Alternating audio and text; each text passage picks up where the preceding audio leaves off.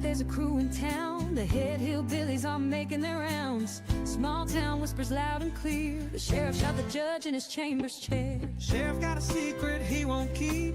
Judge shot dead in his disbelief. A lot of people have some stories to tell. Dark pass away, get the sound of a shotgun shell. All the secrets spill on down. Voices loud in this old town. From the courthouse to the ground. Rumors fly and they can't be bound. Neighbors hide behind their blinds. Whisper tales of troubled minds. Skeletons covering the mountainside. A treacherous reality in the pines. Winter reveals the hidden lies. Moonlight couldn't mask their cries. Shadows caught in sunlit skies. There's no cover, no disguise. All the secrets spill on down. Voices loud in this old town.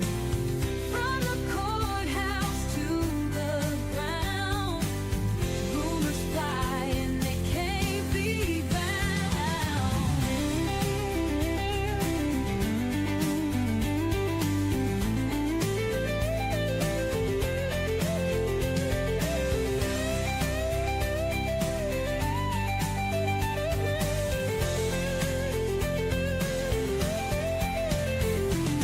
Winter reveals the hidden lie.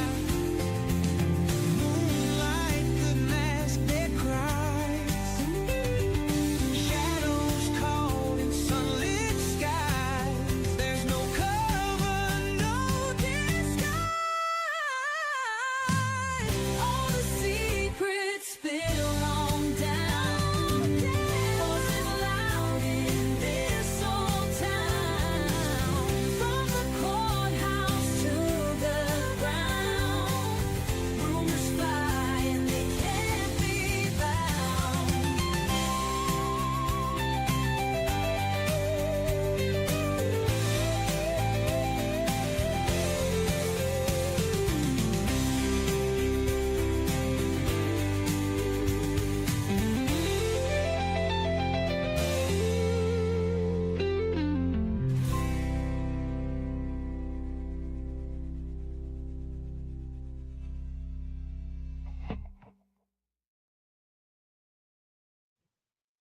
Hello, everybody. Welcome, welcome. How are you this evening, Mommy? I'm all right. How are you? I'm doing great. Well, if you've not been here before, my name is Elizabeth, and this is Sweet Tater, my little old mommy, and this is Hillbilly Crime. All right, so everybody, we got a ton of people already in here tonight. Well, that's good. Yes, absolutely. Look here. Gigi Lynn says, yay, I'm catching a live one. Butterfly kisses. Hello, everyone from Northeast Arkansas. Finally, a big break from tornadoes and flooding. So much destruction around the area. God protected us. Others weren't so lucky. Prayers for all. Yeah, please keep everybody in your prayers that's been affected by these storms. With that vicious weather. Yeah, let me let baby in real quick. Sorry, y'all.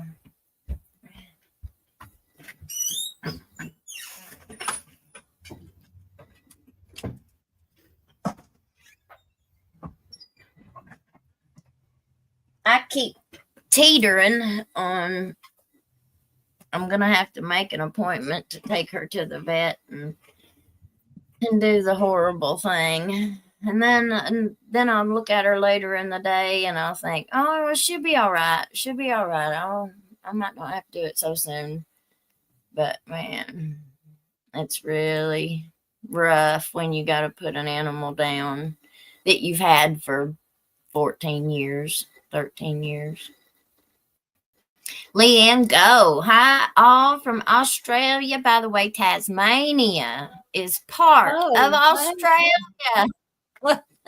Thank you, Miss Leanne. I need a geography lesson. I didn't know where Tasmania was. Thank you. Thank you. Coal Well, I miner. know about the Tasmanian devil. You know, them Yeah. little animals. We all know about that. Yeah, or at least my generation does. I don't know about these younger ones. They probably don't know who the Tasmanian devil is.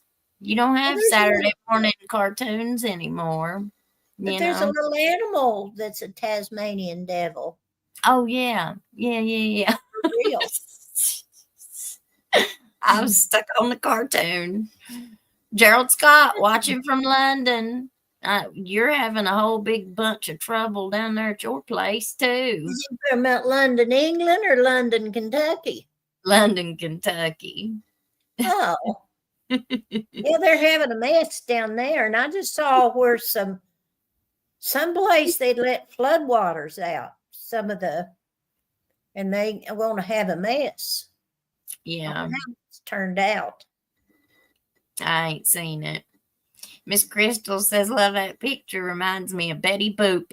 They used to call me that when I was like in 5th grade. I remember going to Benham grade school, and that was like my nickname because I always had a little mouth. Oh. Jamie Thomas, hello from Arkansas.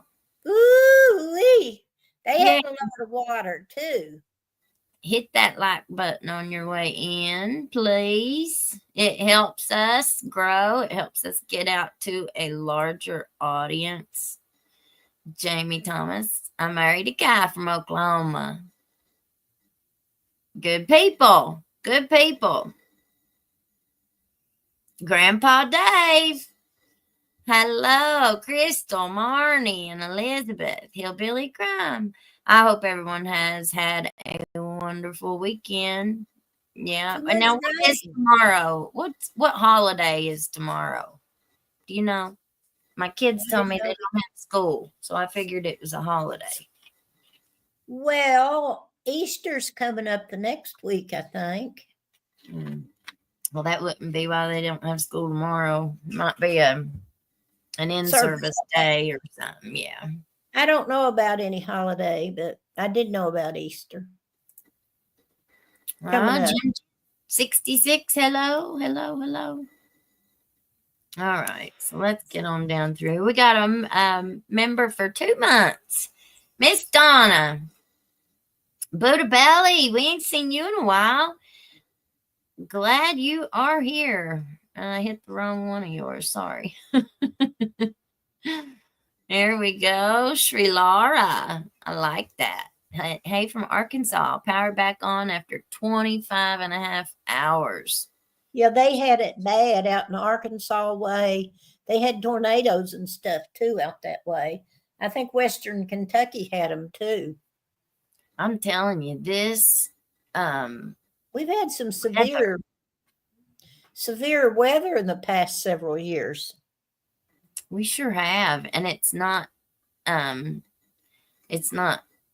missing anybody, you know, like it might miss this part down here and then it'll get here, but it's going to come back around another time and it's going to hit this place over here in Neon and Jenkins. We've had 2 of those 1,000-year floods in the last 1,000 days. So we have had our fair share of water, but we kind of got spared a little bit this time. Yeah. But it is going to freeze tomorrow night, it says. Oh, I know. We just went through this where it flooded and then it froze, but we didn't get hit with that big bunch of weather that was supposed to come today. No, but they got it in Pikeville, which is, not too far from us. Yeah, let's see. Lynette says kids in Tennessee have missed 3 days last week and no school tomorrow because of the flooding. Yeah. Shane Mack says Tuesday's voting. Oh, I hadn't thought about that. I don't know.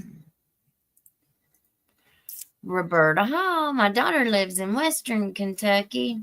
Man, I hope she's okay. I hope she's doing well. Yeah, it looks like we got a whole bunch from Arkansas in here tonight. Loving it, loving it, loving it.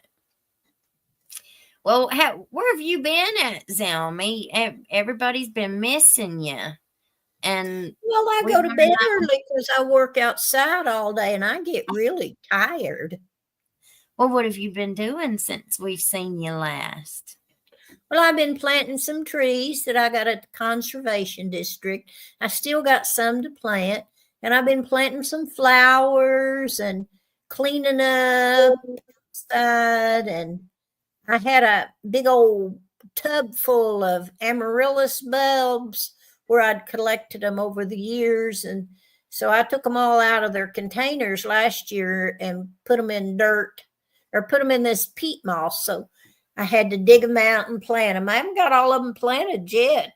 I gave away 2 tubs of them last year. Yeah. Yeah, I know you're always really good about sharing the stuff you get.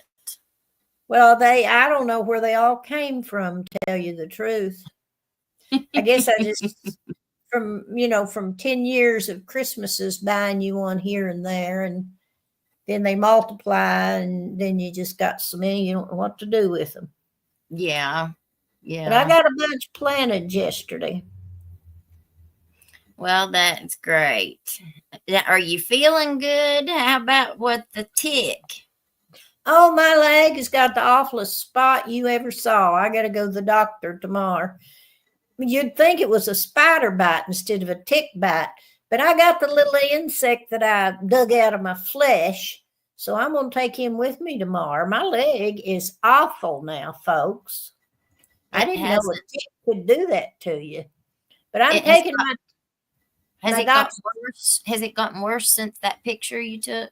Yes, ma'am. You ought to see it. It's a mess. Are they? Oh, wow. That's It's scary. awful. It's got a big old lump there, and it's going down my leg, the redness and the swelling. So, what's the doctor say? Well, I don't know. I haven't been back yet. I got to go tomorrow. You go tomorrow. Okay. Well, everybody pray for Mommy's tick bite, because it really does not sound good. It's not good. Hopefully they can. I made me a song. I have this songwriting class on Sundays, and so I wrote me a song about my tick. You want me to sing it? Yeah, go ahead, Mommy. Let's hear you song. Well, the tick crawled up my leg, and it bit me on the leg. And I forget what I called it now. A tick crawled up my leg, and it bit me. Well, I can't remember sitting. I got ticks now. I got ticks now. Oh, I know. I got it now. Had a tick, crawled up my leg, and it bit me right on the leg. I need another word there. I got doxycycline. I got doxycycline since that tick crawled up my leg. There you go, Mom. I love it. I love it. All right. Well, finish writing that song, and you come back and sing it again. Alrighty, I will. How do you get that song that you've got when you start your show? Well, I'll tell you about it after the show, okay? Okay. All right. So let me. Yeah, okay. I will help you right out. Give me just a second and let me pull this over. All right. We're going to read this first. Beware of a wolf. Yep. Beware of a wolf in sheep's clothing. How to spot a wolf in sheep's clothing. By power of positivity. All right. In everyday interactions with people, you will likely come across those who perpetually advance their own agenda and aren't afraid to hide their true identity to do so. These certain characteristics often make up a wolf in sheep's clothing. Sometimes they can be exposed, but other times they are sly enough to get away with the things by playing on other people's emotions, lying, and manipulation. One thing is for sure, a wolf in sheep's clothing is good at hiding their true intentions. Maybe you have someone in your life who you have always had an uneasy feeling about, or you just can't get a good read on them, no matter how many times you meet them. What does a wolf in sheep's clothing mean? The warning regarding the wolf references a sermon often taught by Christian leaders from Jesus Christ, praise the Lord, beware of false prophets, which come to you in sheep's clothing, but inwardly they are ravenous wolves. Now that's the Gospel of Matthew 7:15, King James Version. The message is to beware of false teachers in the last days. However, the message has since evolved beyond its origins in the church to serve as a warning not to trust someone in a friendly disguise who may not be a good person. What is the moral of the wolf in sheep's clothing? Generally, a wolf in sheep's clothing will display red flags that can potentially unveil its true intentions. To find out if they may have secretly been pulling the wool over your eyes, look out for the following signs next time you see them in person. They're playing on your emotions. Emotionally, spiritually, physically. Emotional manipulation is a primary tool of the wolf. They like to play on heightened emotions to engage you in behaviors that benefit them. They gather people that will serve their need to be in control, whether this is through a romantic relationship, a close friendship, or a strategic partnership.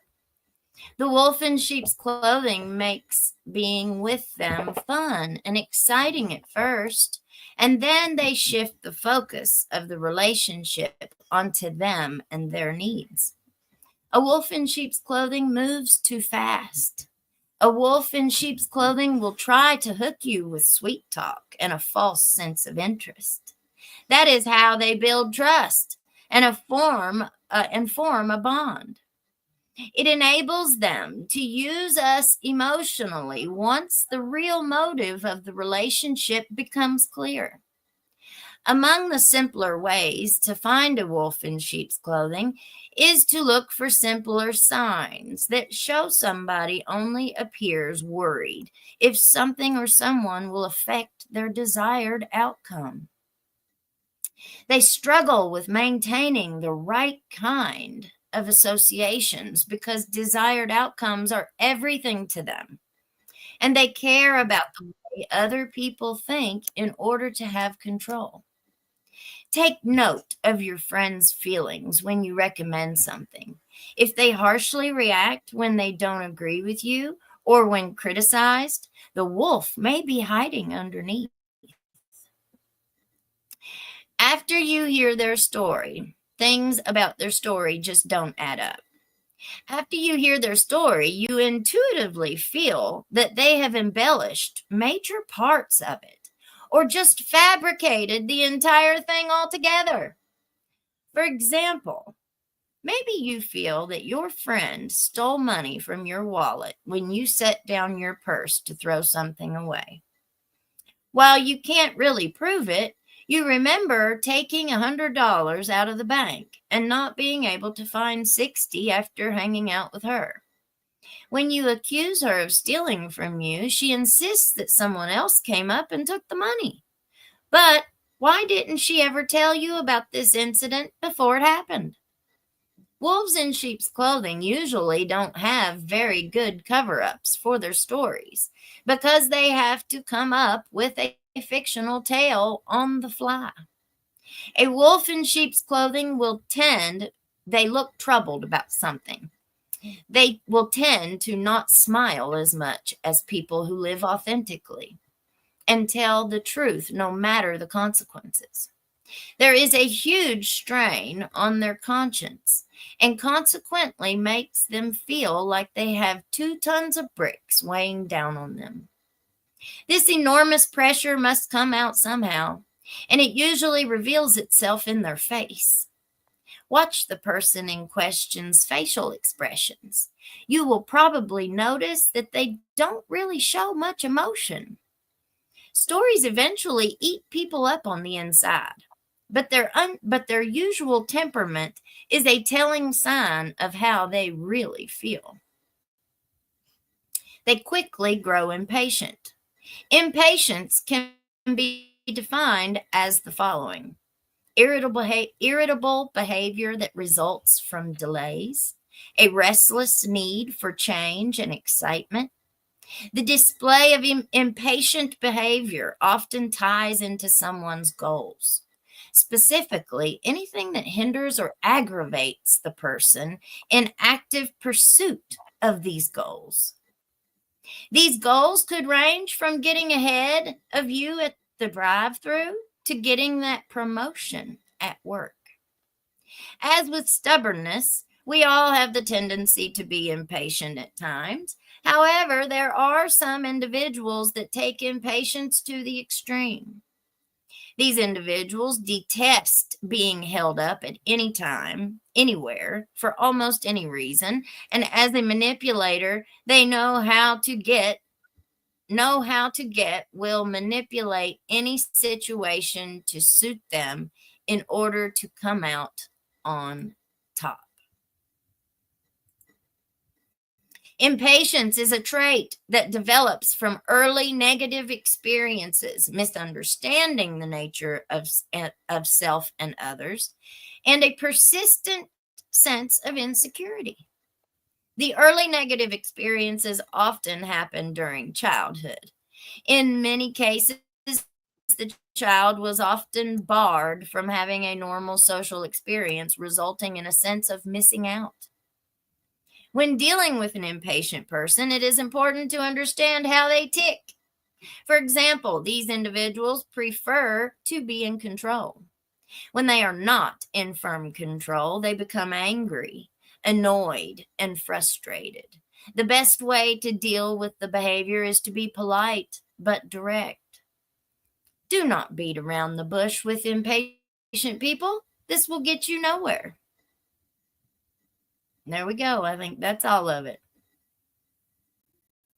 Well, now, that was very, very interesting to me when I read it because of what had happened this week. Well, I know. So let me read something. I have something to read. Oh, okay.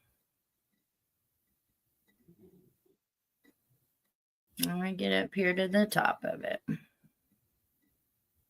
Next level petty. Well, here, let's read this one. Oops. This one.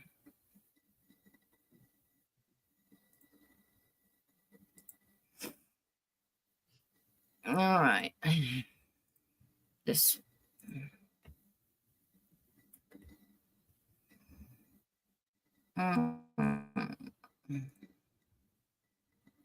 Public officials can be held liable for blocking critics on social media.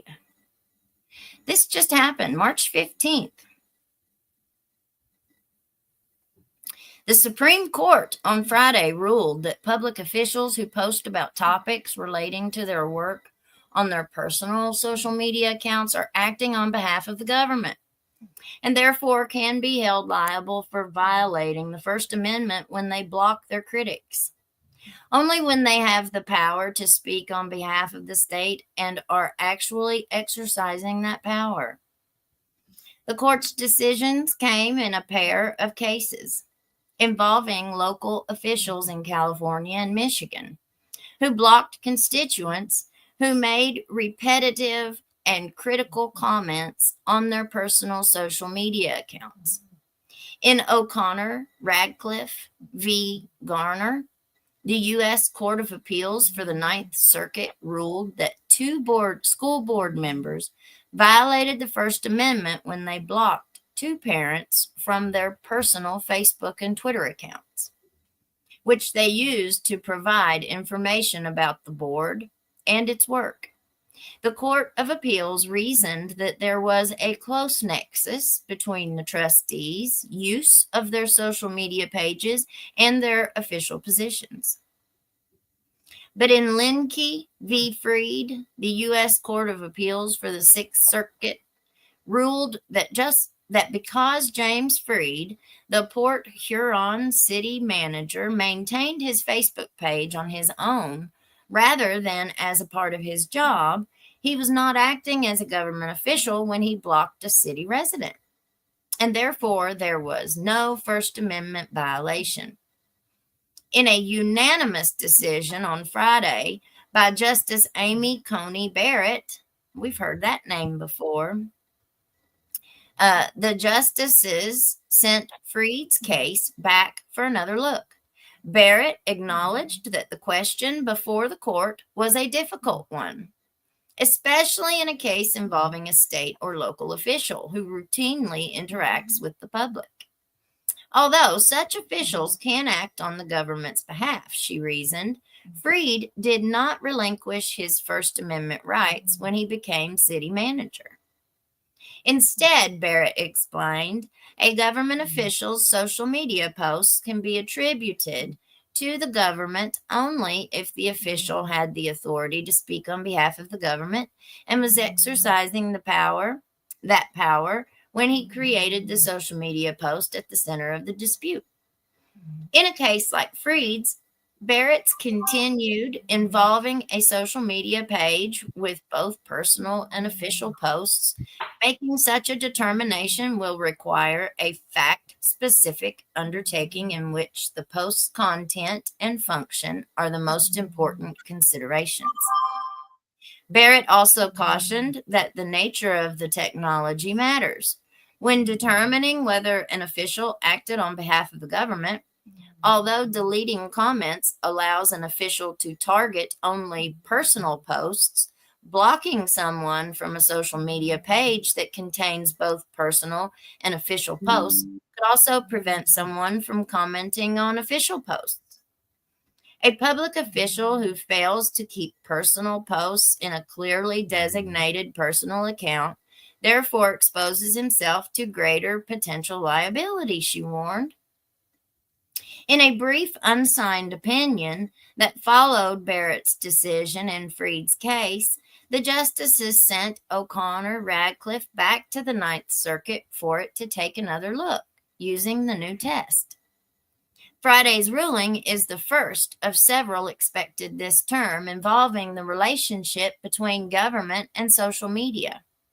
On February 26th, the justices heard argument in a pair of challenges to controversial laws in Florida and Texas that seek to regulate large social media companies.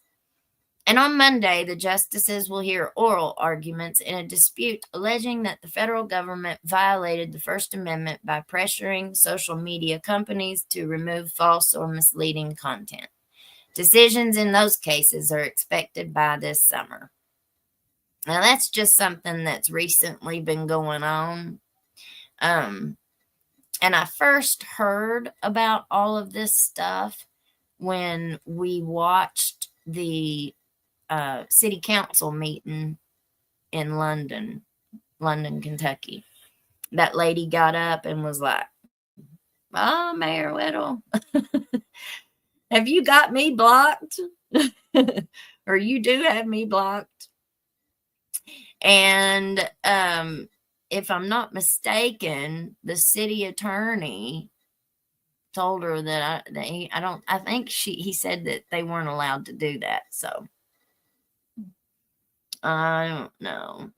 We'll figure it out though. Okay. So,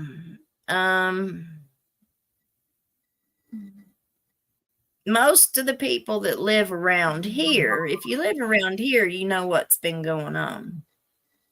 But if you don't live around here, you might not. So there was a Facebook post that was put out on Facebook, and it, you know how when you go to Facebook, you can either go and click your friends, you can set your visibility to your friends only, public, or mutual friends, or something like that. Well, so that's what our Commonwealth attorney, Matt Butler, did. He went on Facebook and tagged all of our mutual friends between me and him. And he went on there and he gave this big, long sob story. It made it sound absolutely awful. Said that I had posted his kids online and the judge's kids online, which, to my recollection, I don't remember ever doing that. And so if anybody else remembers me doing that, show me where I did that, because I don't remember ever doing that. So just absolutely made this big old scene, tagged everybody and told them it was me or him, that they were not allowed to be friends with both of us and that they had to choose now. And he really came off arrogant and demanding, like it wasn't a, man, I'd really appreciate that. No, it was very mean. So half of them, I feel sure it played on their emotions and they believed what he had said. And so they just deleted me, and they probably never even watched my show. And then a little bit later, the ones that hadn't deleted me yet, he goes back and tags all of them, allegedly. I've got the screenshots though. He tags all of them and calls them out and says, me or her, choose right now. And so the ones that still, and several people hadn't even seen it yet. You know, like we don't live on Facebook. Some of us don't. And he made a point to talk about since her stuff's monetized. So it made me think, like, he's just mad because he can't get me fired. Well, What's monetized mean? It means that I'm supporting myself through my show. I'm financially supporting myself through my show. I have built my own business. And he can't remember when we first started this journey. Several people asked me if I was afraid, if I was scared.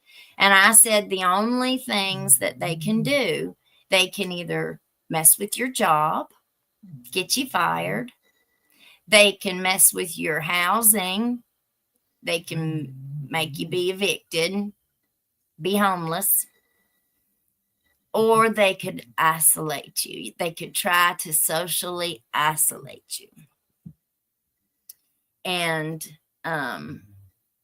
as a journalist and an advocate, working to expose public corruption and promote transparency, I've grown used to some pushback. But what I've experienced over the last few days from this has crossed a serious ethical line. After publicly criticizing certain decisions and systemic issues within our justice system, especially here in our local justice system, criticism that I stand by and support with documentation. I became the target of a coordinated campaign by the sitting prosecutor to isolate, discredit, and intimidate me. This campaign includes public accusations that I endangered his children by posting them online. It also includes direct efforts to pressure community members, teachers, and even school officials to publicly distance themselves from me.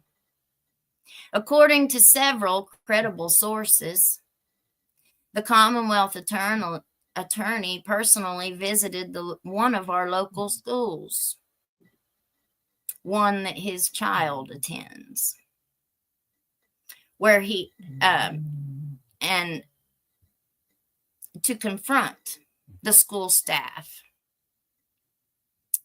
Well, let me say it like this. He was apparently there for a different reason. But while he was there to discuss, allegedly, his child calling a little black girl the N-word, he then goes to tell them, allegedly, that to his count, 15 teachers in that school had not unfriended me yet. That's pretty bad. That's really, really bad.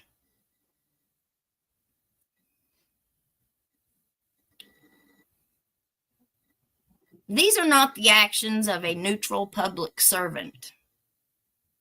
They are the actions of someone attempting to weaponize political influence and public office for personal retaliation.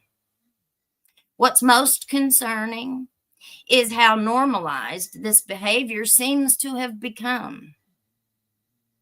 That a prosecutor, a public official, sworn to uphold the law without fear or favor, feels entitled to make social media loyalty a condition of favor or fairness in our small community.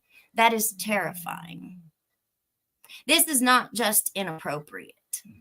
It's a threat to the core principle of equal justice. This prosecutor is also the brother-in-law of the judge, recently pew-pewed and unalived by our now indicted sheriff. That alone calls for a higher level of transparency and accountability, not less. And yet, when he visited the school recently, it wasn't just to interrogate the staff about our social media ties. It was allegedly to advocate that his child not be disciplined for calling a black classmate the N-word because his uncle had just been red-rummed. So he was having a hard time. I say all this not out of spite or personal vendetta, but because the people of this community deserve better. Our teachers should not be afraid to be friends with a local reporter. Our children should not be used as political cover. And our prosecutor should never make people feel that their access to justice depends on whose side they're on. I love my home. I love this region. That's why I cover these stories. That's why I'm not backing down. That's why this pattern of conduct must be documented and reported, not just to the public, but to the appropriate ethical authorities. I believe that, there ain't none of us perfect. We all make mistakes. I make them all the time. But we are seeing how I wondered, like through these, I guess kind of like I'm doing my own investigations here on a lot of this stuff. And through a lot of this stuff, I'm realizing how important the campaign donations are and how much they donate. Those donations are then tied right back. Oh, think about that wolf in sheep's clothing. There's a lot of that sounded familiar, didn't it? A lot of it sounded familiar. Let's see. Let's go back and see what you all think here. And I'll try not to go back too far. I know I go way off sometimes. I go way too far back. I'm a public official. I'm unbiased. Everyone should exercise their First Amendment. Just be classy and sassy, not assy and trashy. That's right. There you go. I love that.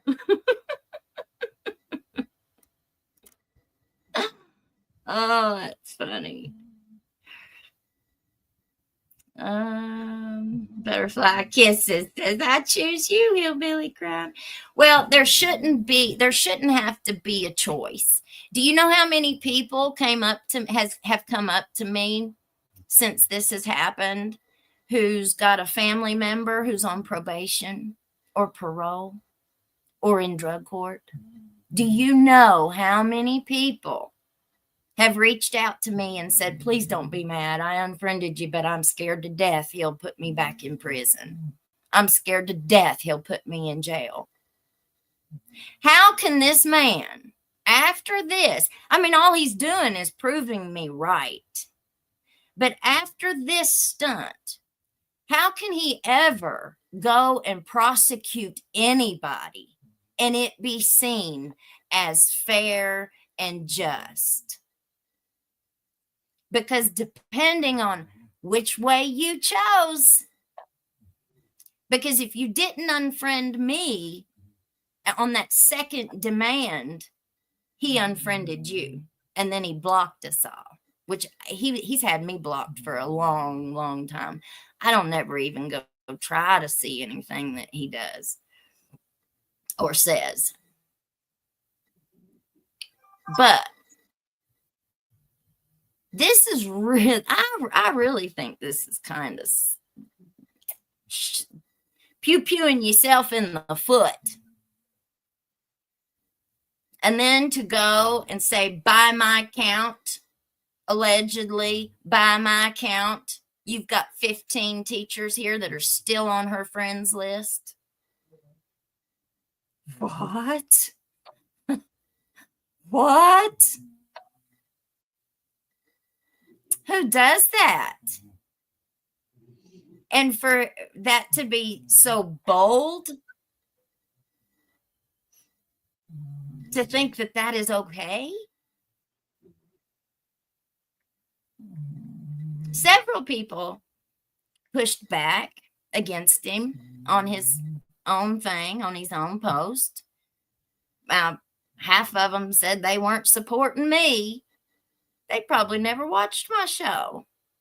And that's fine. You don't have to watch my show. But I still have the First Amendment right to criticize how our criminal justice system is being weaponized. Coercion through position of power. If people genuinely believe that being associated with me, liking my page, following my coverage, or simply being my Facebook friend could result in their probation being revoked, then this prosecutor is creating a culture of fear, weaponizing his office for personal vendettas, violating basic due process protections,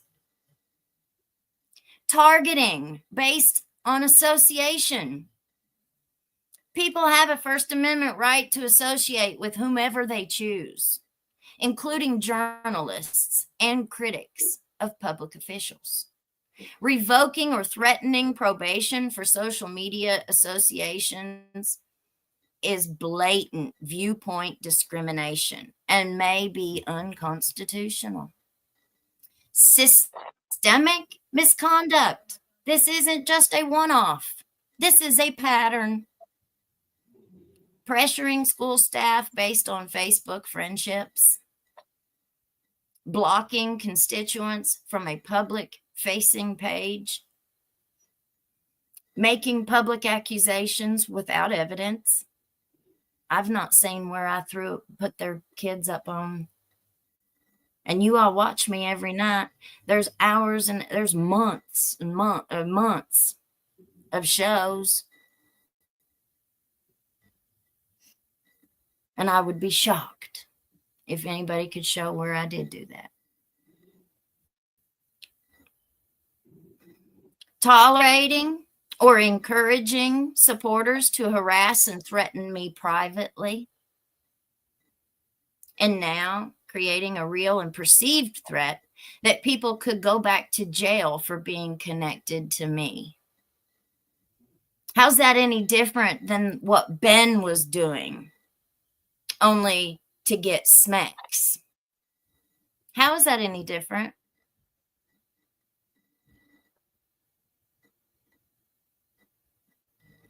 That is so far beyond the pale. It's almost begging for a formal complaint with the Kentucky Bar and potentially a civil rights attorney or even the U.S. Department of Justice to review patterns of misconduct. Now, I don't know. We sure see that there ain't very many people around here that's willing to stand up and do anything. As long as it's a smecks abuse culture, you know, it seems to be just fine. Now, this is the case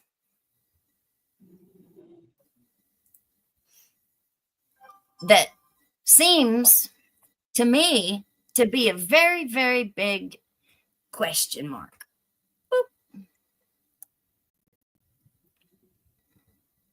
Eastern Kentucky man facing over 40 child sex charges. An Eastern Kentucky man has been indicted. This was April 6th of 2023 on more than 40 child sex charges. A Letcher County grand jury, according to WYMT.com, indicted Patrick B. Little, 51 of Jenkins, on 21 counts of first-degree sexual abuse with a victim under the age of 12. 20 counts of first-degree unlawful transaction with a minor. These are illegal sex acts with a victim under the age of 18. And first-degree unlawful transaction with a minor, illegal sex acts, victim under the age of 16. Wow. That there shows 3 different victims on that one. I thought there was only 2. Well, Little was arrested on an indictment warrant by Kentucky State Police and lodged in the Letcher County Jail. He has since been released on a $100,000 cash bond. The Mountain Eagle reports that Little owns and operates a music store and a rent-to-own storage building business in Ermine, town of fewer than 700 people in Letcher County. Little was previously arrested in August 2015 for bribery of a public servant and harassing communications. Now, I can't find any information on that bribery conviction. I don't know who he's accused of bribing. I don't know anything about it. I can't find nothing. All right, Zelmy. Yes, ma'am. Turn around here and give me your opinion. Well, you know, public officials should be beyond such behavior. Now, I don't know about the legality of what's involved there, but I it don't looks to either. me like, from what you read to us, that it's considered illegal. Because, for instance, if you're a school teacher, you should not go on your personal, whatever it is, and talk about students that you have in your classroom.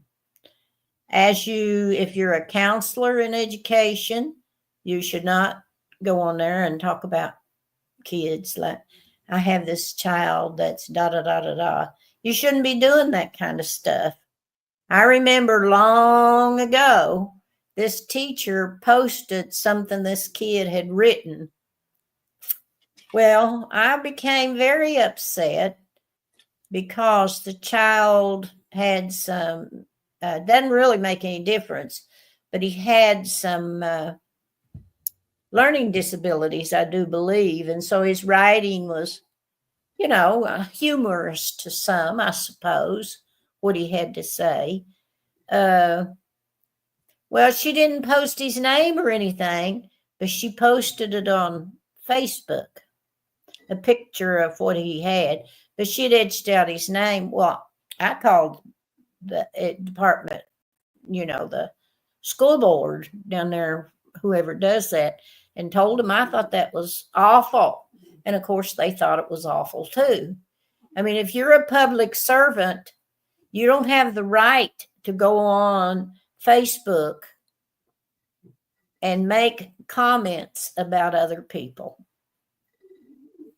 because that looks like you're doing it in the capacity as an educator or in the capacity as a judge. If you're a public servant, then that ought to be against the law. Well, I figured that I would absolutely get pushback from the criticism that I give. But I thought, I kept waiting for somebody to come out and defend the actions that, or do something, come out and say, we know what all's been going on, but we're going to do our best to make sure that this, we cut all this out, or at least address something of all of these. They're not rumors. You've got Ben Fields, who is convicted of what he did. There's so much more evidence of what's been going on down there, but nobody has addressed it. The only person that's talking about any of it is me, and you've got other people that are talking about it, like on TikTok and stuff, but there isn't nobody talking about, there's nobody coming out from their end in defense of the performance that's being criticized.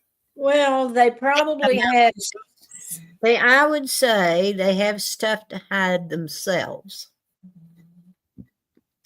And so they want it stopped before stuff comes out on them, because it is childish behavior. That's exactly right.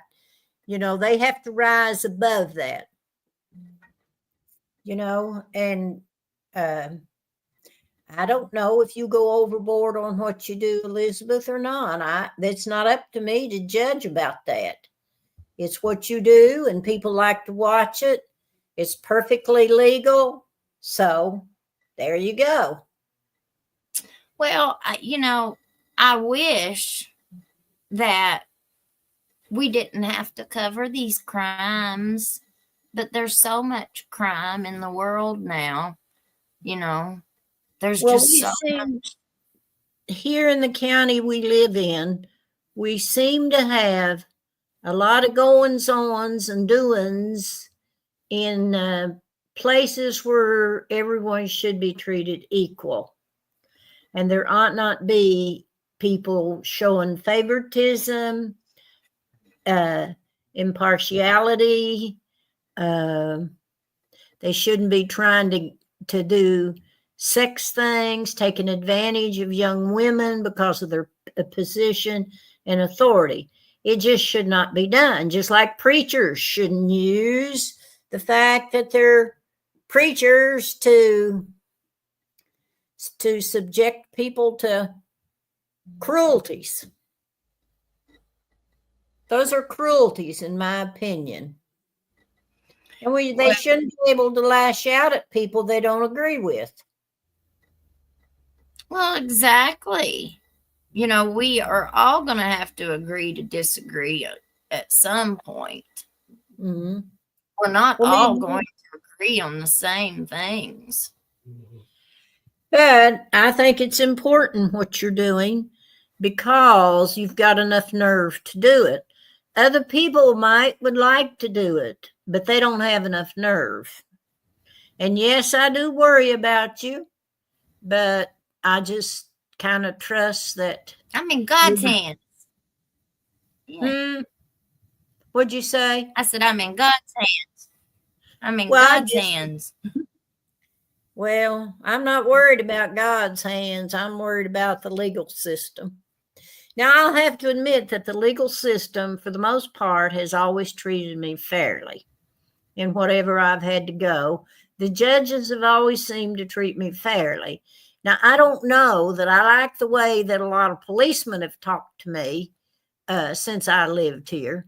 But in terms of the judges, I think that they seemed pretty fair. But then what did I go to judge? What did I have to see a judge about? Well, when I adopted Willie, I had to go and do something before the court. And so I've very rarely ever gone to court. So. Yeah. Well, Michael Edge says if you talk about people, they are going to attack you, especially in the good old boy system. And that's fine. That's fine. But that's fine. We can debate. I mean, that's why we have things like debate. That's why we have op-eds. You know, it's the reason why we have the freedom of speech, just to be able to. That's right. It is. And it's all different today because there's a bigger audience. Before, if you had all these people that, I don't know if they protested or what. I think it was yesterday that they did it. They had all these protests and and different things of people in cities, and they had tens of thousands of people in some places. Well, they're doing exactly the same thing that you're doing, truthfully. It's just that yours is done on the airways and theirs was done as they gathered and had signs and stuff like that. There wasn't any violence. Well, this right here is he's only proving me right. Like, could you imagine when I started this, I didn't have anything to lose. They didn't like me anyway. They were never nice to me, never spoke to me, never even acknowledged my existence, wouldn't even look at me. So I didn't have anything to lose, right? And I expected whatever they want to come back at me with, but what he's doing with this, you can't do this. You can't go into a school and weaponize that. That's crossing the ethical line. I keep pointing out all of these things that I think are very unethical that we're facing. Could you imagine if anybody else was to try and speak out? Well, you can bet that there's nobody else. That's why they don't. There's nobody else that has kids in that school that would have the right to go down there and say, I want you to quit being friends with this person. You know, they wouldn't do it. I mean, he's just using the power that he has over other people's lives to try to affect your life. Cindy from sunny South Florida, if they address it, they are admitting there is a problem, not just an isolated incident. You're right. You're right. All right, let's see. Butterfly Kisses says exactly what I said, Sweet Tater. He's afraid he's going to be exposed and shown evidence of his wrongdoings. Well, I can't imagine that the children that he mentioned would be watching your show. And I don't think that the teachers down there at the school are probably watching your show.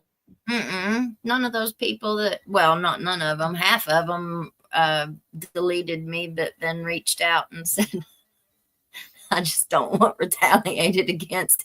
And that's fine. We can still talk to each other and see each other's stuff on Facebook. You messages. Yeah. They can even watch your show.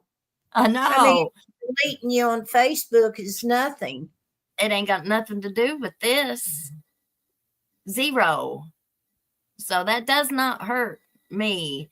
But it's very, very sad that you've got all these people that are on probation and parole. What does that do to picking a jury for Mickey Stein's case? How is that going to affect picking a jury? Because as far as we are right now, it's still being held in Letcher County unless they do a change of venue. I mean, that was just such a really goofball move. I just don't understand it. Well, I said my elevator didn't go all the way. Samsung account privacy notice has been updated.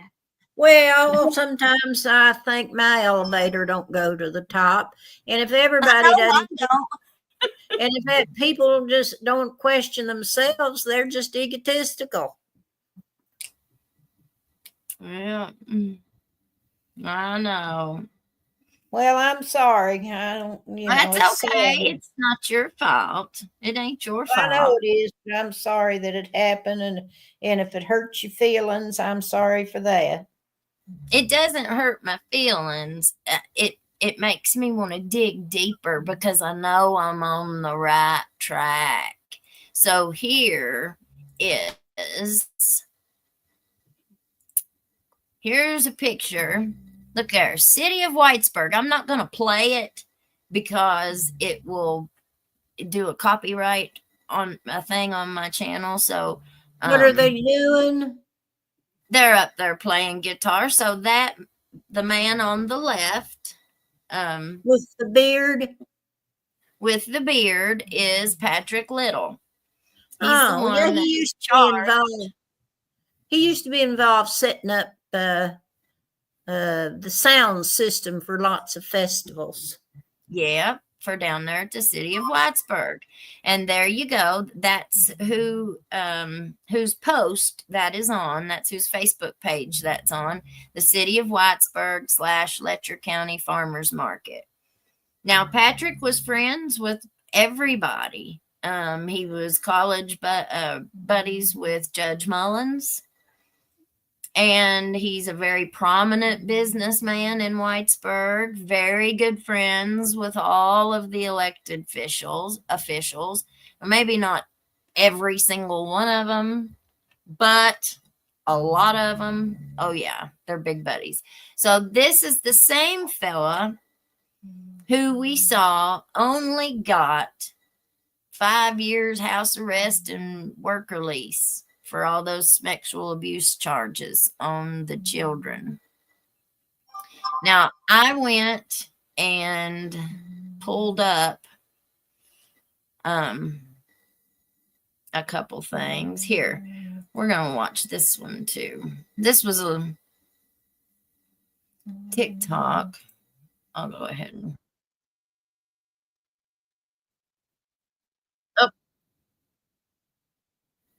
Let me stop that. Let me turn the singing off of it. Give me a second. It's being a little bit slow. We don't want the volume on there because it'll fuss at me. I don't see the volume. Oh, two objects that are the same shape. We don't want audio. Oops. No, we don't want that. GG. Okay. Well, I might get there. But I want to turn the sound off. Let me see if I can turn the sound off. I don't know where the sound is. Well. Oh, well. Businessman walks after taking a plea deal for SA, 2 minors. No time. He walked. Excuse me, Judge. Sir, WTF? Old school time. There's a reckoning a-coming. Well, I guess it's time for me to go to bed. This is an old woman. That's all right, Mommy. I'm about done tonight, too. Well, I'm sorry. That's okay. Don't you be sorry, Mommy. I love you. I love you. I love you. I love you. Thank you for being here this evening. It's always so good. I've been able to see you more since we've started this show than I have in the last 5 years. Oh, okay. Well, good night, all. All right. Good night, Mommy. I love you. Love you. All right. So there we got Sweet Tater. We'll go back and read some of these. Rhonda, Tater, you really smart. You go to the top floor. And absolutely, I see you on the Today Show once the trial starts. That'd be fun, wouldn't it? Well, I'm not trying to attack, talk behind anybody's back. It's just the opposite. If I say something here, I'm saying it to your face, you know?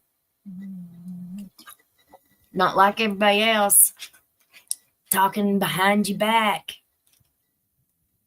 That's what happens when you don't have real friends, you know, or it's not a real friendship. Whenever it's based on BS in the first place. And what's it matter if they got a check next to their name that they're your friend? Honestly, I promise, after all those people deleted me, now I can actually see my friends' posts. Like, I needed a declutter of my friends list because apparently I was watching all of these posts of people who didn't have anything to do with me. And so it was a blessing in disguise. A blessing in disguise. And, you know, that's what, and I'm working on my complaint. It's really the only, whenever I went through that trouble with them down there, the only thing, my only recourse was to file the appeal. Now, I had to suffer through it. I had a 6-month-long suffering that I had to just deal with it. I had to suck it up, shut my mouth, and deal with it. And it was really, really hard. But I didn't have any other choice. I had to. When it was over, I had a 30-day window. Now, most people don't know that. Most people don't know that. And I've had several people tell me that whenever the social worker left them, they never gave them that little paper. Or if they did, they didn't tell them what it was for. You have a 30-day window when they close a case. Or at least that's what happened when I went through it. I had a 30-day window. And if you don't file that appeal within 30 days, you lose your chance. I filed my appeal and it was worth it because it worked. I knew it would. I knew what they did was no way going to stand up in front of, it was an administrative hearing was what it was. No way. And as soon as I filed my appeal and they all looked at it, they settlement. I won my appeal. And people don't realize that there are recourses, but we have to take the effort. It was like a while back when we were talking about the 911 calls. How many of us just, if something was going on and we really needed a cop, how many of us messaged Mickey Stines on Facebook? How many of us just called him on his cell phone? You're not going to call 911 because we're taught, or at least me, we're taught that that's for emergencies only. You don't abuse 911. So if you're having a problem with your neighbor or something, I'm not going to call 911. Nobody's up here hurt. Nobody needs an ambulance. So that's where my mindset is on the 911 thing. And I have a really, really hard time doing that, calling it. I think I've just done it one time since they've told me that that's what I needed to do. And I never did do it again. Even though that's what you have to do to make a record. Dog bites me, I have to call 911. I think that was when I did call. One of the 5 times I've been bit since all that mess with the dogs happened. But it's never bad, I ain't got no big gashes in my leg or nothing. I'm not going to call. I don't need an ambulance. But back to my point. Sorry, I get a little off track. We don't call 911 sometimes when we should. And so that's really the only way. That's what they've told me, that was the only way that you can make a record of something. So, somebody, if somebody's sending threatening messages to you, do you go down and get a warrant for them? You got to call the police. Well, now things have changed. Now you can't just go down and talk to the county attorney. Thank God. Can't go down and talk to the county attorney and him file a warrant without the police being involved. Or at least that's what the city attorney told us down there in Jenkins at the city council meeting.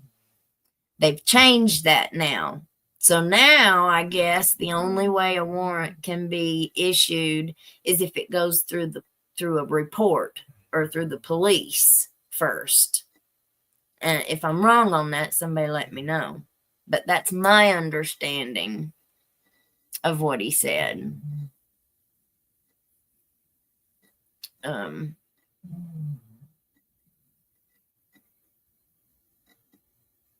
Let's see.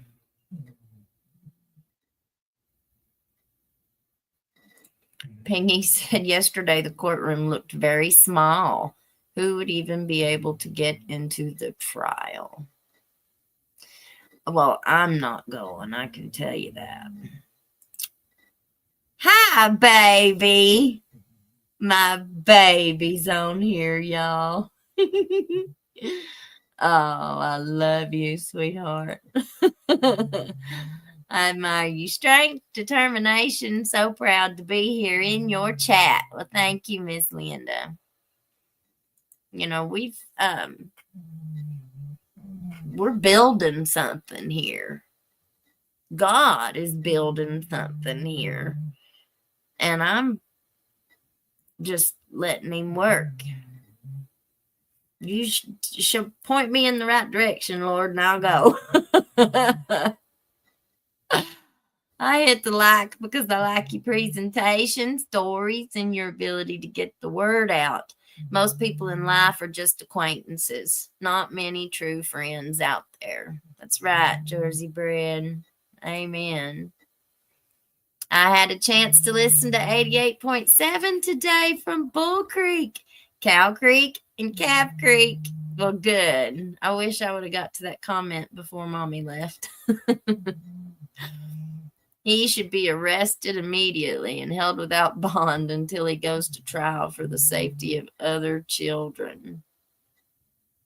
He's done serving his sentence, which is very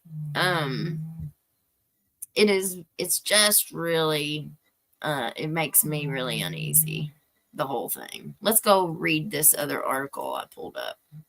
Oh, I lost it. Let me go grab it.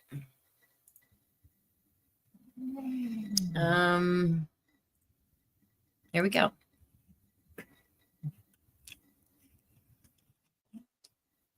All right. Kentucky AG asks FBI to probe former Governor Bevin's pardons. Now remember, the preacher got a pardon from the governor. The preacher man, old Michael Clark himself, Tweety Bird. When was this? This was January 2nd, 2020. I'm pretty sure nothing happened if it was that long ago.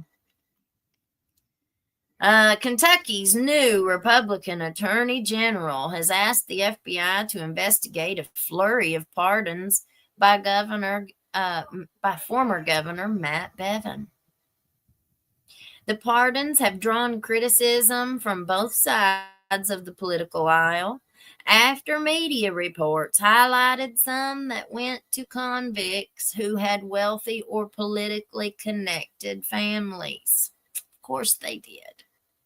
Kentucky Attorney General Daniel Cameron wrote in a letter Monday that he has sent a formal request to the FBI to investigate this matter.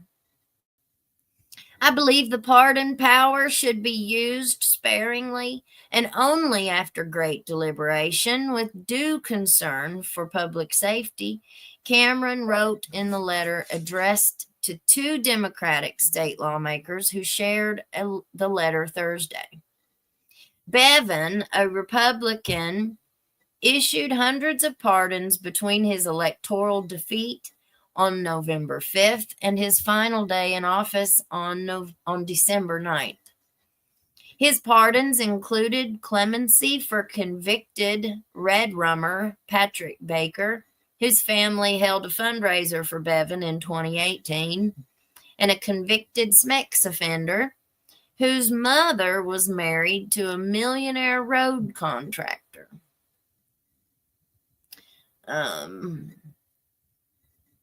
The pardons also have attracted the attention of Russell Coleman, the U.S. Attorney for Kentucky's Western District. On Monday, Coleman said his office would review any pardon-related issues brought to them by state prosecutors or other law enforcement partners. I am particularly concerned about the risk to the public by those previously convicted of SMEX offenses, who by virtue of the state pardon will not fall under any post-release supervision or be required to register as SMEX offenders. So if they get a pardon, they're not required to register. Wow. I didn't know that. Coleman said at a news conference. Okay, Coleman was likely referring to the pardon of Micah Shadle, who was in the second year of a 23-year prison sentence when Bevin pardoned him of the R word, the S word, and other sexual crimes. The pardon also removed him from the state's SMEX offender registry. Bevan has said in defending the whatever his last name is, pardon, that there should have been physical evidence of the R word. And in his pardoning document, he wrote, the prosecution of the case was sloppy at best. Well, if that is what it takes, then you can look at, we got all kinds of sloppiness down here. Cameron, who took office in December 17th, was responding to requests by two state lawmakers, Senator Morgan McGarvey and Representative Chris Harris, who were particularly concerned about the Baker case.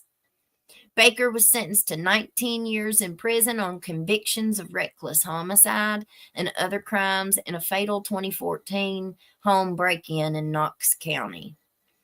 Prosecutors say Baker and another man posed as police to gain entry to Donald Mills's home and pew-pewed Mills in front of his wife. Bevan wrote in his pardoning order that Baker's drug addictions led him to fall in with the wrong people, and the evidence against Baker was sketchy at best. The Courier-Journal has reported that Baker's family held a fundraiser at their home for Bevan in 2018, and another GOP donor who gave thousands to Bevan urged the former governor to pardon Baker. The Kentucky Court of Appeals upheld Baker's conviction a year ago, writing in a unanimous ruling that Baker's guilt was overwhelming. And now recently, Governor Bevan has had some other problems going on. Let me see if we can get that up here.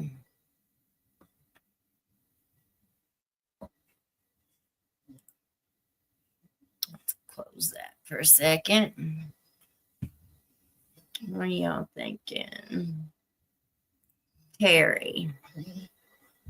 He publicly, we're talking about Butler, I guess. He publicly put fear in the public, a threat, and that will affect a fair trial for Mickey or any other cases in the county. It's a very serious violation in his position in the judicial system. Yep, that's where they get you. That's right. That's where they get you. If you're not out on bond, they make it next to impossible to get anything filled in a timely manner.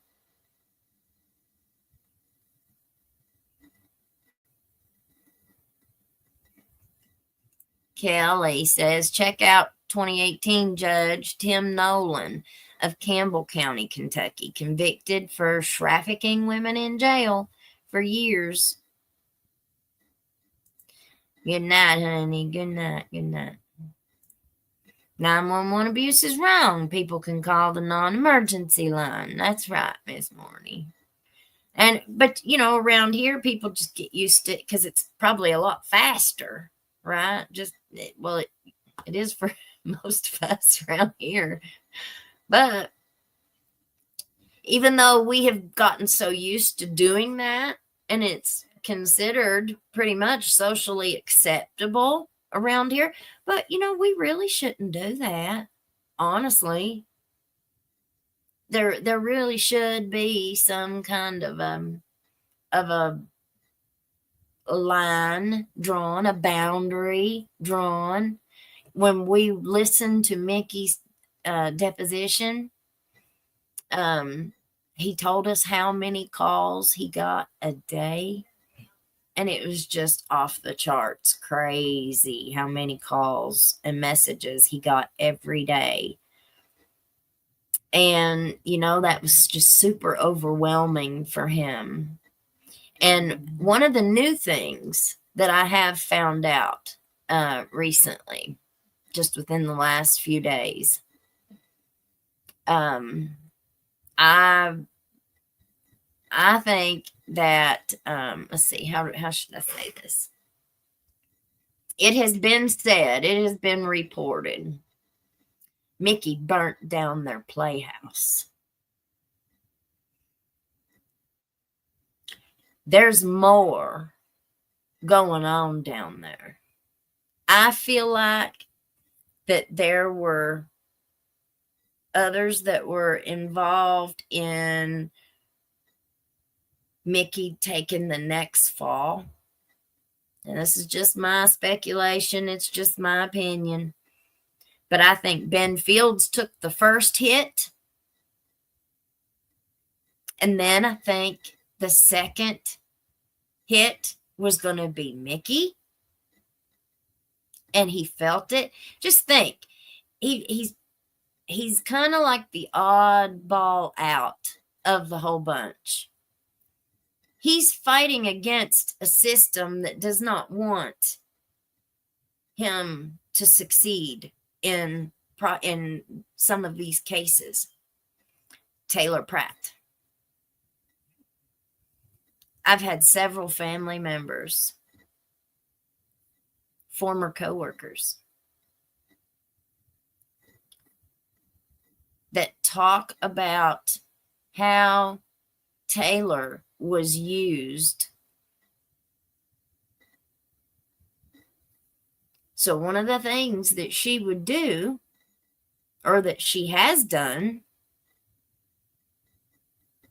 is be the conduit for people who relapsed. So they've been sober, they're in drug court, they're on probation, parole, whatever, and they're clean for a while. Well, in walks a new little friend. Hey, friend, you want to go hang out some? Let's go hang out, friend. Come on. We can go hang out some. Next thing you know, they've relapsed. And then what happens? They get popped a drug test. And then they go back to jail. That's awful convenient. Ain't that awful convenient that the same alleged rug reeler was involved in the same behavior? It's kind of suspicious, ain't it?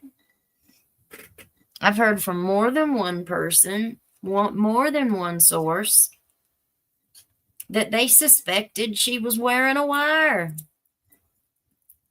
when she came in to talk to them, asking all kinds of very inappropriate questions.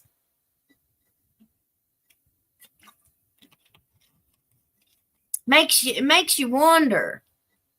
Here she is living with Edison Banks in his house. She's right now rolling around in a wheelchair because allegedly she OD'd again.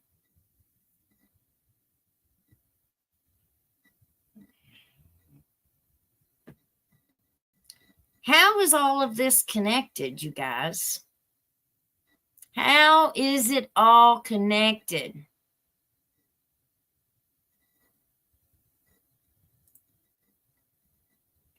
I was going to pull up those campaign donations, but we might have to do it. Let's see.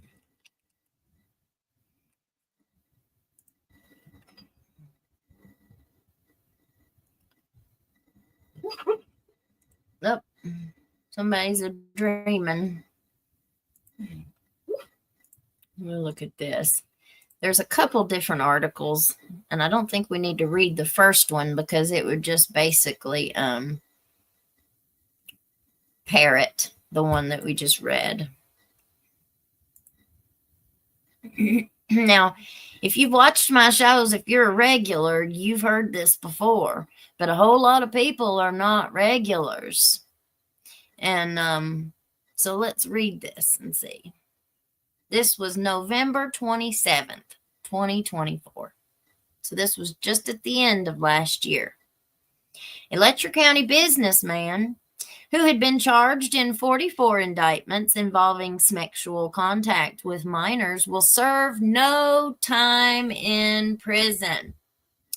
Patrick Little, 51, of Jenkins, signed off February 14th on a plea agreement for 2 charges of first-degree sexual abuse, but it was just filed in Letcher Circuit Court in May. One of the charges in the agreement involves a child under 12. The other involves a child under 16. The acts allegedly took place from October to July of 2022. July, August, September, October, November, December, January, February, March, April, May, June, July. So within 9 months, he had done this to 2 kids.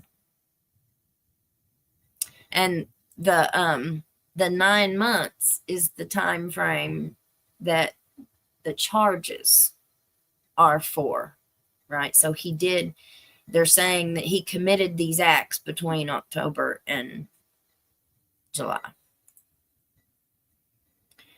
Letcher Circuit Judge James W. Kraft II signed off on the plea agreement last week. So Jimmy Kraft signed off on this. Man, I hate that because I like Judge Kraft. I do. But it doesn't have anything to do with liking people. See, that's one of the things that we get maybe blurs the lines or something. Maybe we get confused on or whatever. You can like people and still not like something that they do. I don't like that he signed off on this plea deal. I don't like it at all. But now I've always liked Judge Kraft. He's always been really, really nice to me anytime I've ever spoke to him. So you won't never hear me say that anything different than that.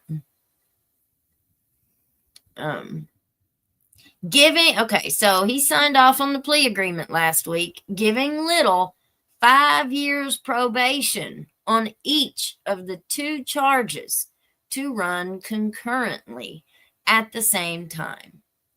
He will be on home incarceration for 5 years as a part of his sentence.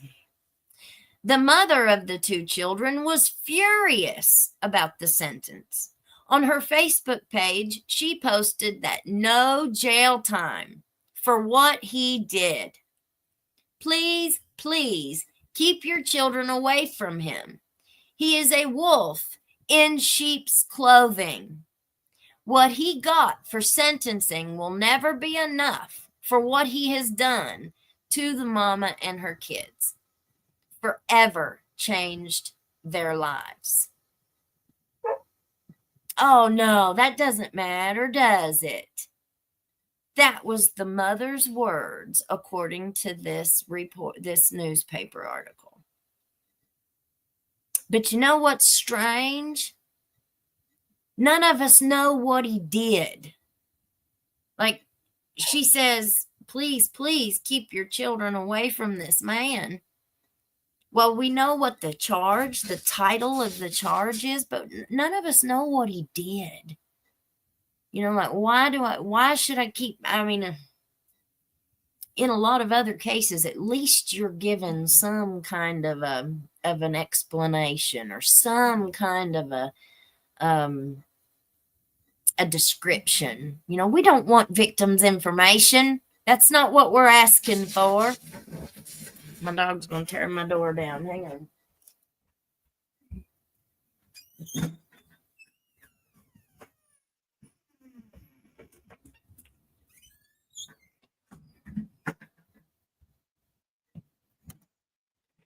All right. But we don't want victims' information. We just want to know Why do we need to keep our kids away from him? What do I need to know to protect my kids? See, I don't think that's right that they bury this story so much. He also has that conviction for bribery. Who did he try to bribe? What was the bribe for? Are we not allowed to know any of that? Because I can't find any of it anywhere. If we are. Let's see. The plea agreement signed in May included a provision that the Commonwealth's attorney would not object to home incarceration for Little. So they were going to give him special sentencing recommendations. Commonwealth's attorney, Matt Butler, who took office in July, recused himself from the case because of a conflict, and County Attorney Jamie Hatton is prosecuting it now. Didn't I tell you that that's what the newspaper said? Well, he's a county attorney. This is a circuit court case. How can he be appointed a special? I don't know. I don't know anything about that kind of stuff. So, but it just doesn't seem right. Any other time, I've never heard of that before. Any other time they would appoint a special Commonwealth attorney from a different county, like they did with Taylor Pratt. They appointed that to Lisa Fugit from Bell County. They didn't give Taylor Pratt's case to Jamie Hatton. Why not? I don't know. Maybe because that's not what they're supposed to do. I don't know. But they're all friends. They're all big buddies. Remember, this guy was college roommates or buddies or whatever with Judge Mullins. And this, from what I've been told and researched, allegedly, this is not the first time that accusations have been made against him. This is just, from what I've been told, the first ones that stuck. And you see, these barely stuck. What punishment did he get? Because it don't look like he got any. This is the same guy that was sitting in the picture a minute ago with his guitar on his lap. He's in real good with the city of Whitesburg. He's best buddies with all these powerful men that sit in these positions of power.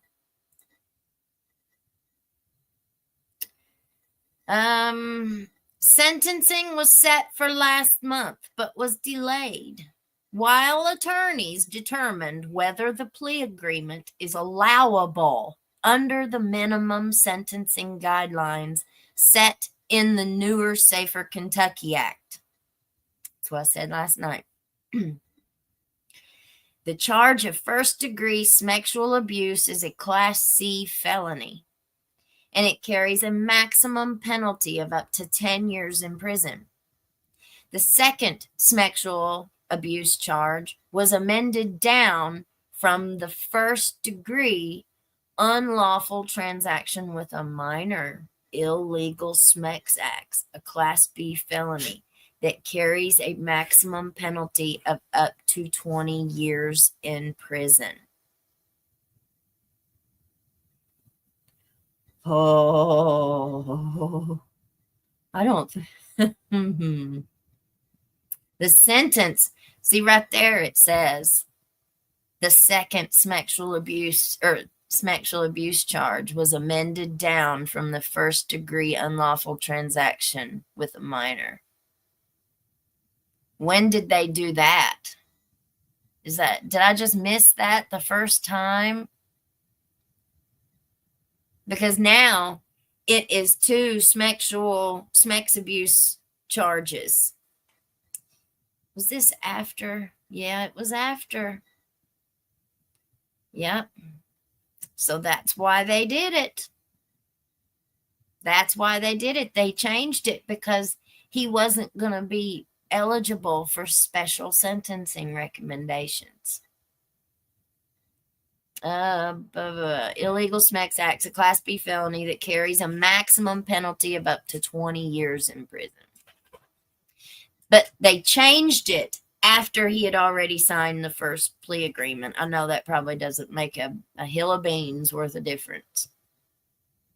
The sentence passed in Letcher Circuit Court follows the plea agreement reached between Little and the Letcher County Commonwealth's Attorney's Office. So was Jamie Hatton working for the Commonwealth Attorney's Office? See, this stuff doesn't make any sense.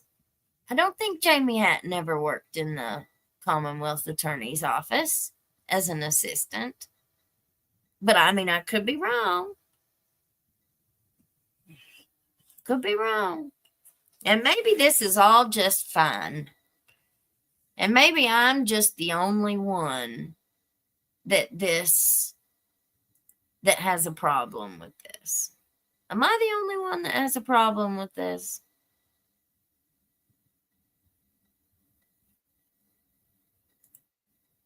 You cannot change the stripes on zebras. I bet he's still doing the same crimes. Well, people sure don't change if they don't have any kind of consequences, do they? Very few I've ever seen.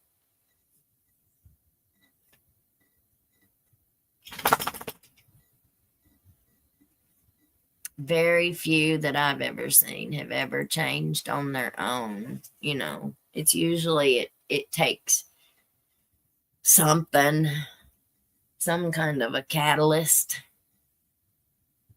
All right. That agreement recommended a sentence of 5 years on each count to run concurrently for a total of 5 years, and for Little to pay costs of therapy and counseling for the minors, have no contact with the victims or their families, and remain 500 feet away from them. The Commonwealth Attorney's Office said it would not oppose home incarceration or work release if approved by the court. Home incarceration was listed as an alternative sentence in the final sentencing documents. Little had faced 22 counts of first-degree sex abuse and 22 counts of first-degree unlawful transaction with a minor. A Letcher grand jury returned the indictments. Also in Letcher court, and then that just tells some other people that was in there. But, you know, it just blows me away.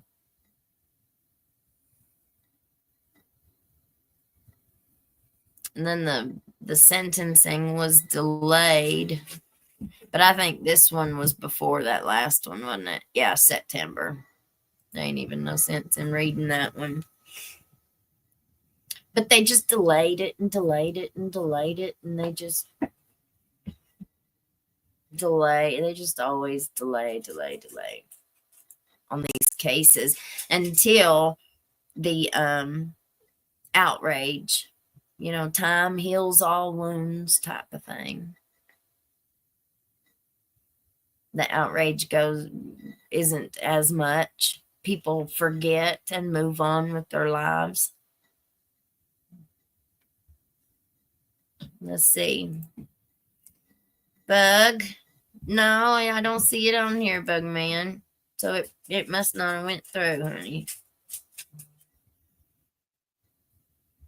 Oh, all right, guys. My youngins want me to come pick him up. I'm on my way, baby.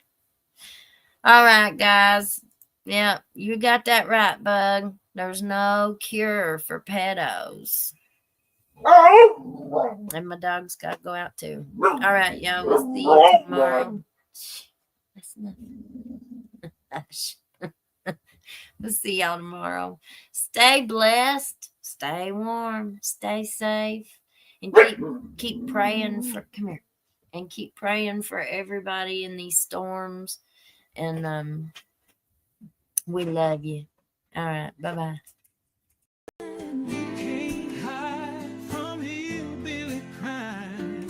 You can't hide from hillbilly crime. You can't hide from hillbilly crime. You may not know that there's a crew in town. The head hillbillies are making their rounds. Small town whispers loud and clear. The sheriff shot the judge in his chambers chair. Sheriff got a secret he won't keep. Judge shot dead in his disbelief. A lot of people have some stories to tell. Dark pass away, get the sound of a shotgun shell. All the secrets spill on down. Voices loud in this old town. From the courthouse to the ground. Rumors fly and they can't be bound. Neighbors hide behind their blinds. Whisper tales of troubled minds. Skeletons covering the mountainside. A treacherous reality in the pines. Winter reveals the hidden lies. Moonlight couldn't mask the cries. Shadows caught in sunlit skies. There's no cover, no disguise. All the secrets spill on down. Voices loud in this old town.